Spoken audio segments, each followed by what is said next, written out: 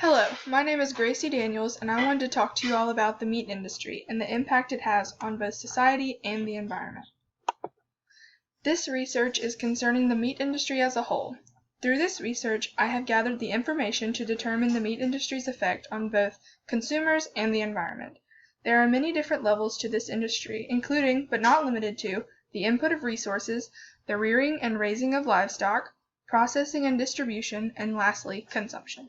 I have explored each of these aspects in depth, along with a brief history and the effects the meat industry has had on the environment.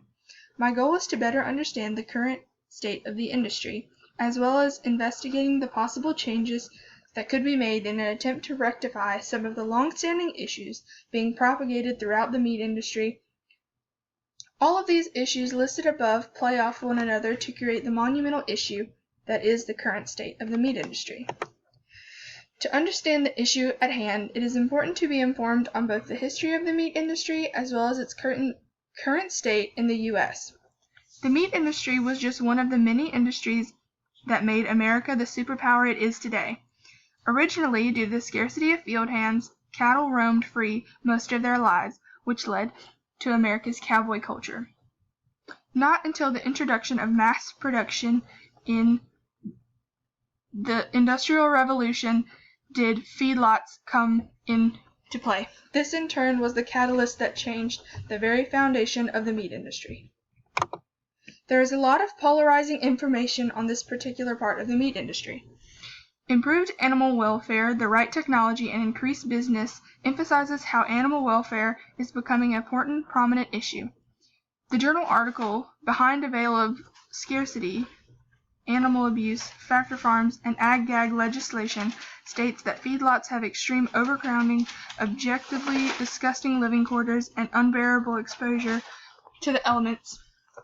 According to the official verification of the USDA, no proof is required when it comes to important package labeling. These include country of origin, grass-fed, and naturally raised, which allows companies to falsely advertise and deceive buyers. These factors are what concern and enrage animal activists.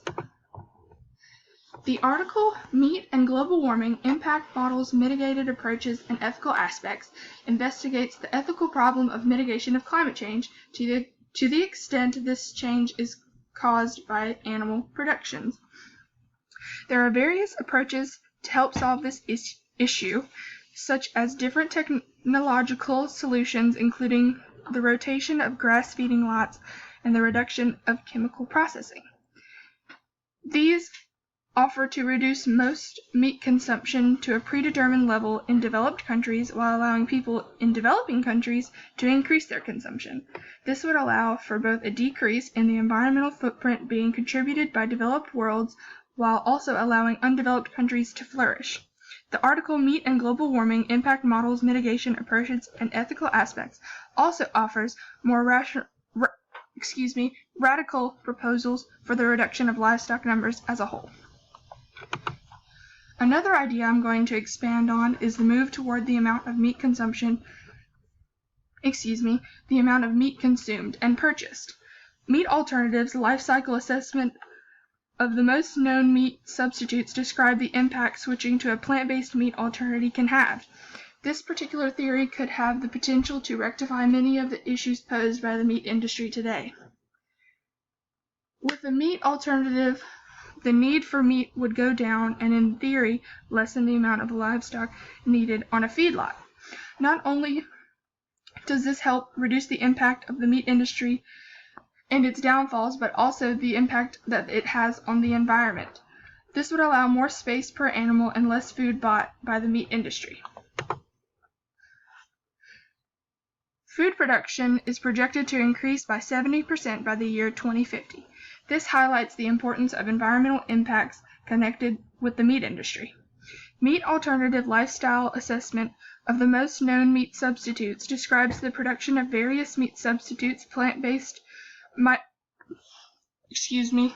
microprotein-based, dairy-based, and animal-based substitutes. This study outlined in the article states that the alternatives that showed the highest impact were the lab-grown meat, locally fed chicken, and gluten-based meat substitutes. Medium impact was shown by insect-based and soy-based meal substitutes. These alternatives show promise in the effort to reduce the overall consumption of meat. In conclusion, the significance of this research is to not only better the lives of animals in the meat industry, but also to better the lives of consumers and the environment. Making changes in the industry will take time and effort, but the numerous benefits outweigh any of the negatives. Hopefully, educating the masses on what goes on behind closed doors will open their eyes to a much-needed change.